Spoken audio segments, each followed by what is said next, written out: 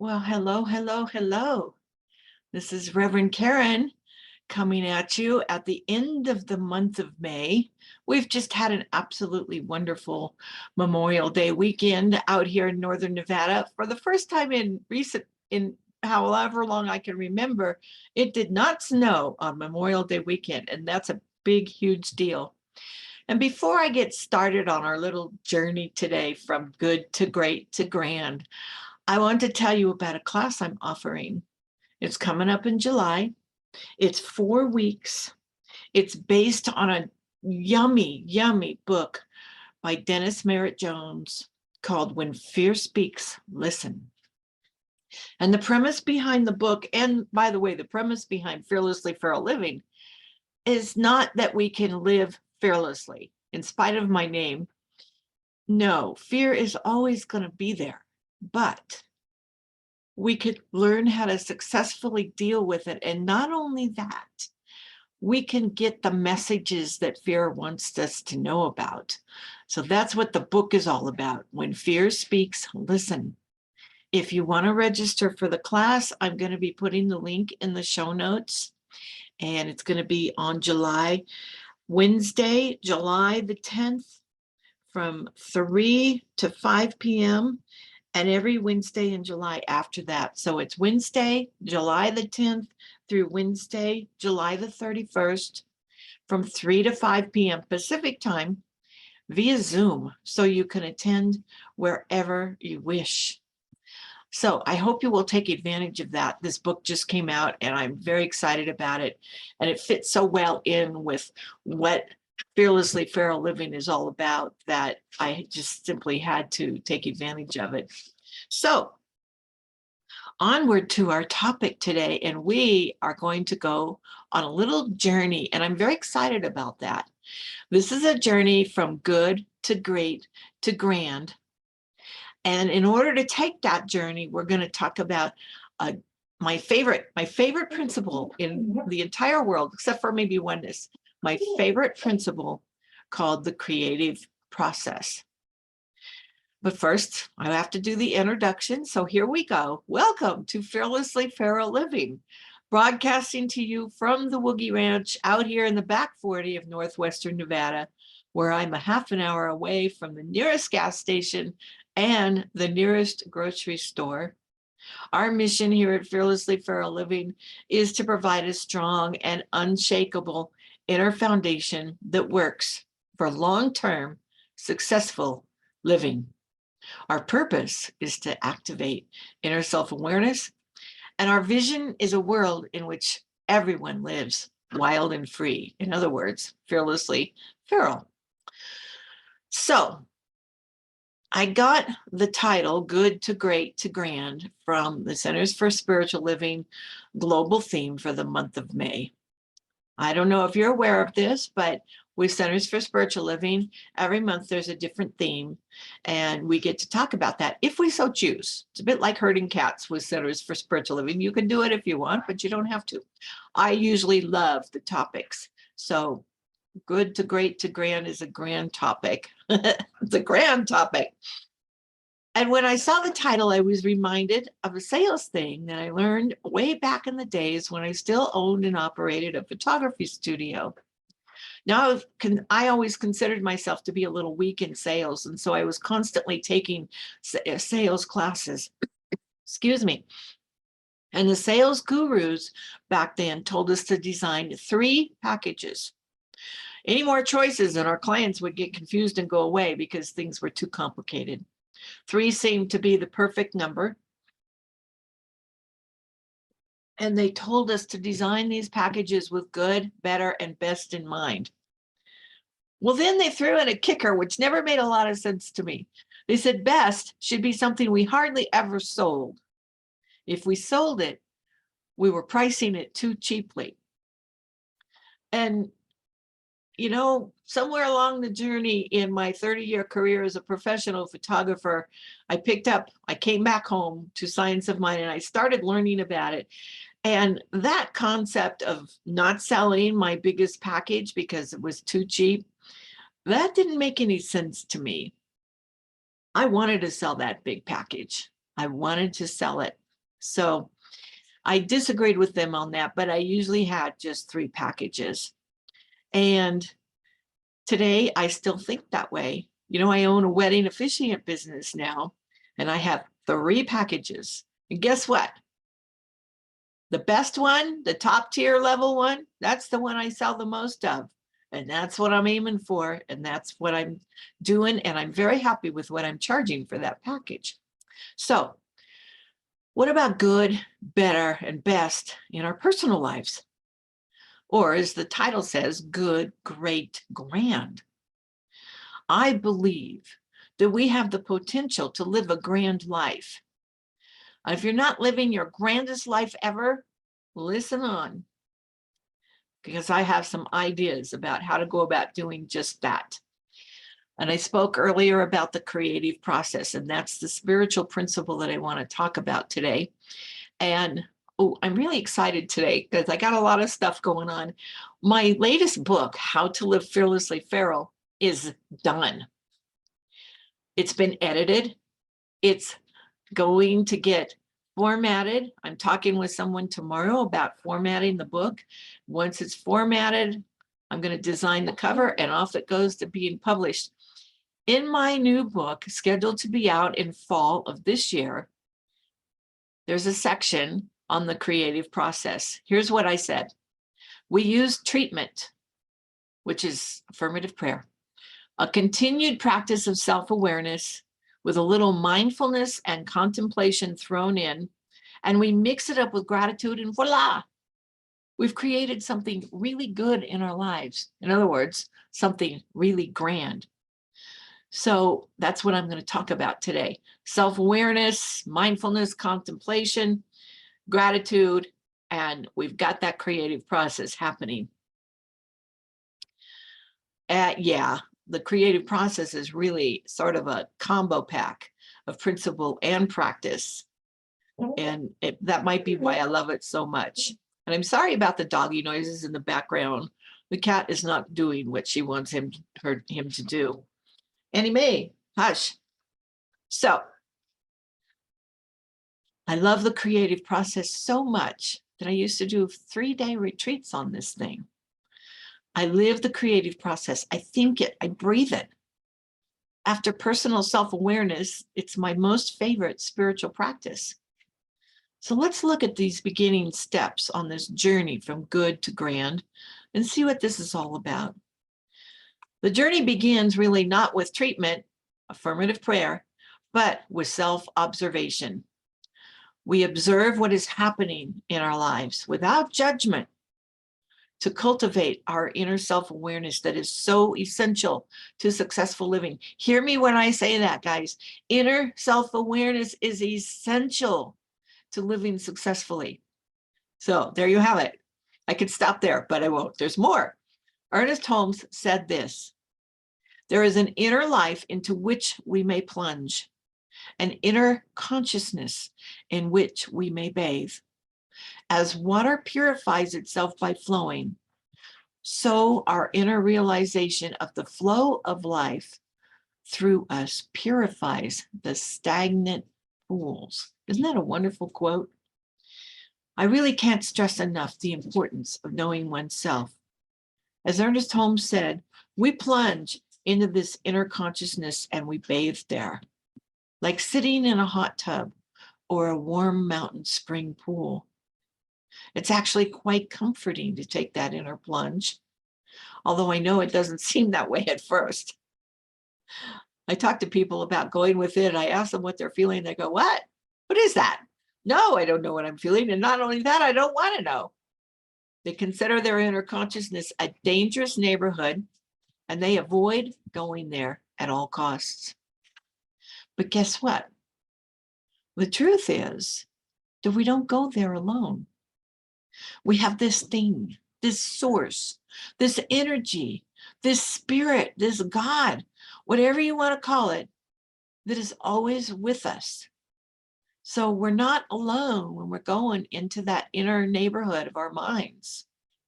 We're not alone when we're exploring what it is we're feeling at any given moment. We're not alone when we ask ourselves those sometimes difficult questions. I guarantee it. Once there, you will find that it's not such a bad place. Because remember, we're always going there without judgment. Here's what Ernest Holmes had to say about that. The road to self-discovery often calls for the clearing away of the underbrush of ignorance, fear, superstition, and a sense of isolation, which has made us feel that we were unworthy, unheld, and lost. In the divine providence of good, salvation is unnecessary, but self-discovery is essential. See, he says it too.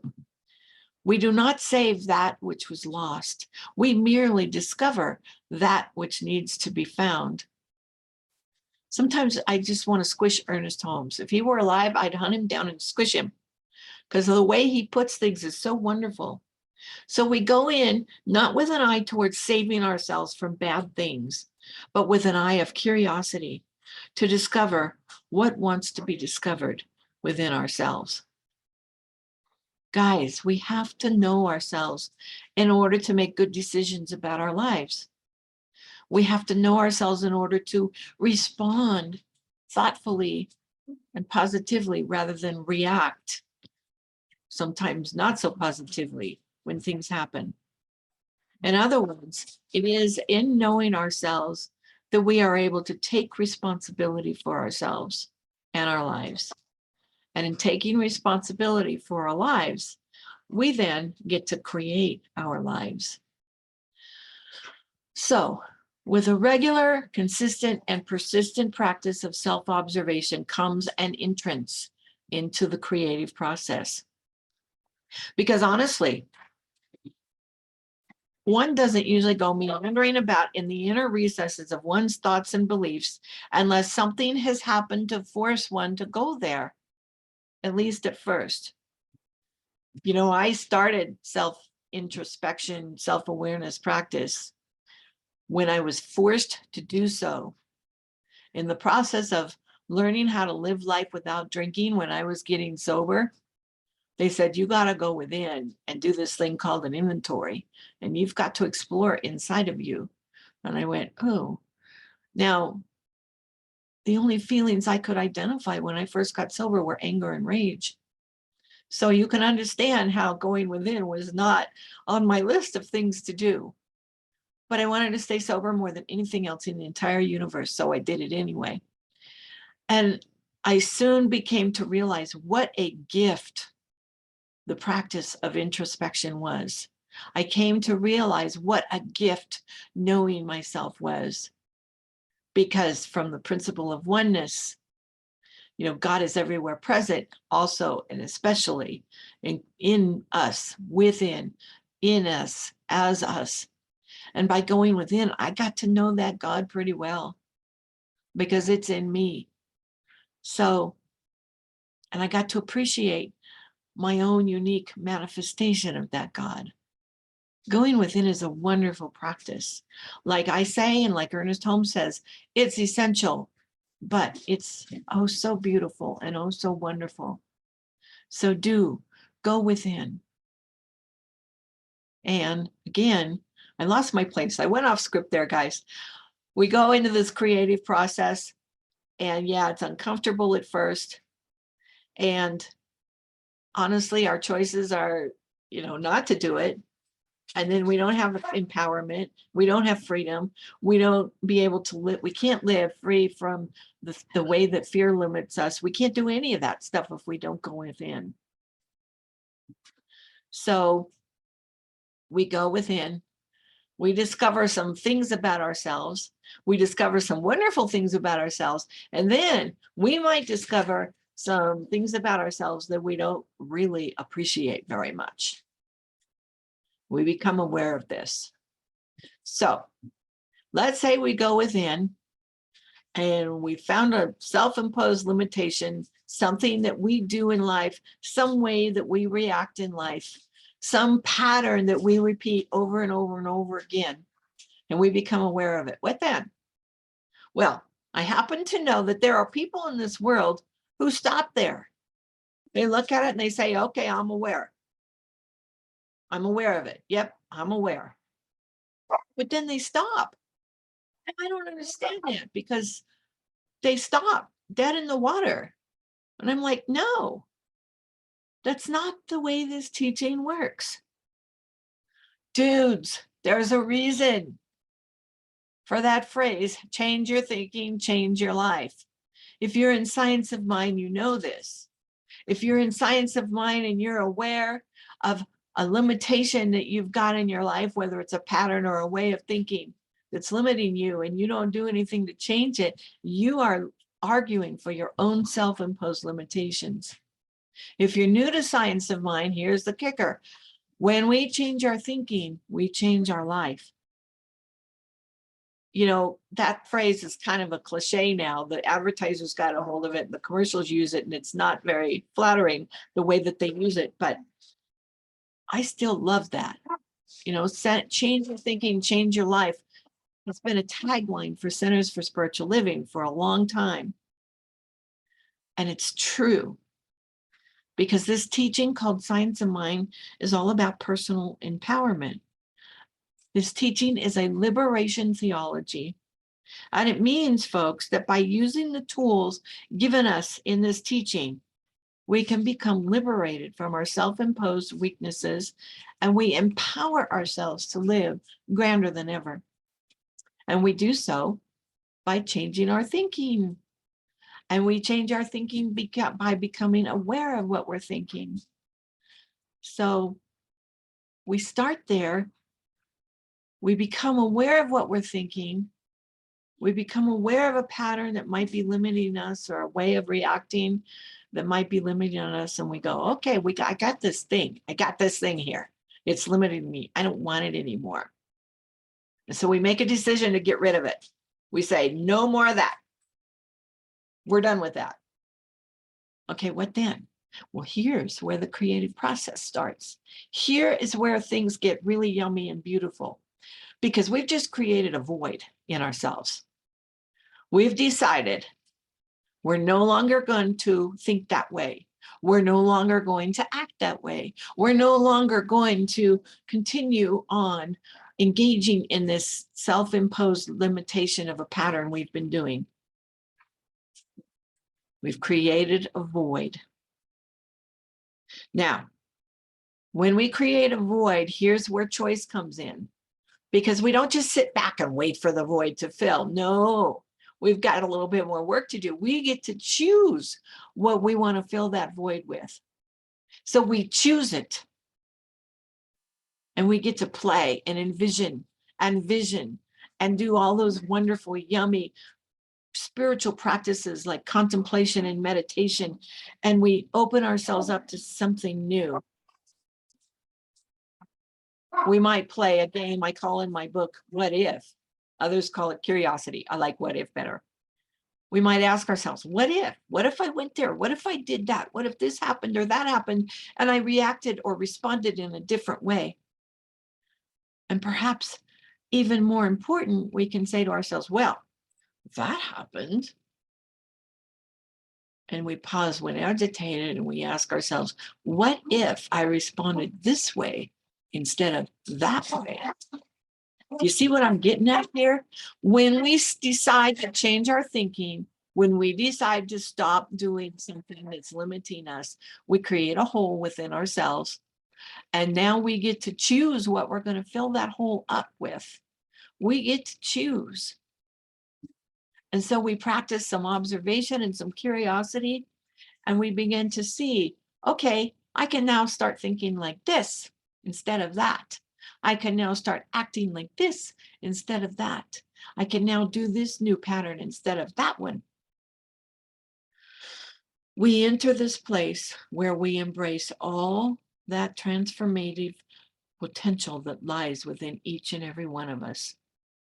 And then we discover that life is good and very good. When we do that, we are well on the way from good to great to grand. And we get to grand by using more spiritual tools, such as visioning and contemplation and curiosity and meditation. And when we are engaged in these practices, we open ourselves up to what wants to be born within us. We open ourselves up to a new way of showing up in the world. We might not consciously know what that is just yet in the beginning of this process, but through the power of oneness, there's a part of us that does know. And we access that part of us, and we ask for clarity, and we ask for what new wants to be born, or what new wants to be known here. And believe me, when we do that, the ideas come. And I always like to say the yes is in the idea.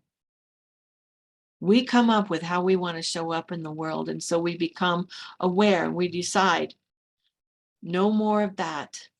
And we create a void. And then we are at choice as to what to place in that void. That's the creative process in a nutshell. We choose.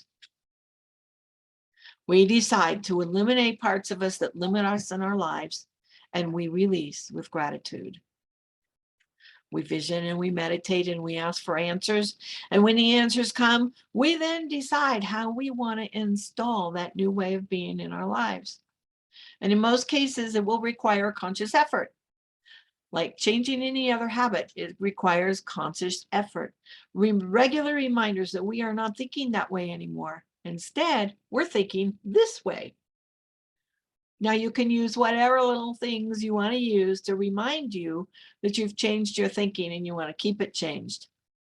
Some people like to take Post-it notes and stick them everywhere. I like memes, and I have memes on my phone, and I have memes on my wall, and I have little things that are posted on my everywhere. Like they're on my fridge, they're everywhere. I have daily affirmations. This is how we can do this stuff. We have little reminders. We might have a prayer partner or a support system and have someone text us a reminder every day. Remember, you're changing your thinking. So we do that. It doesn't take very long.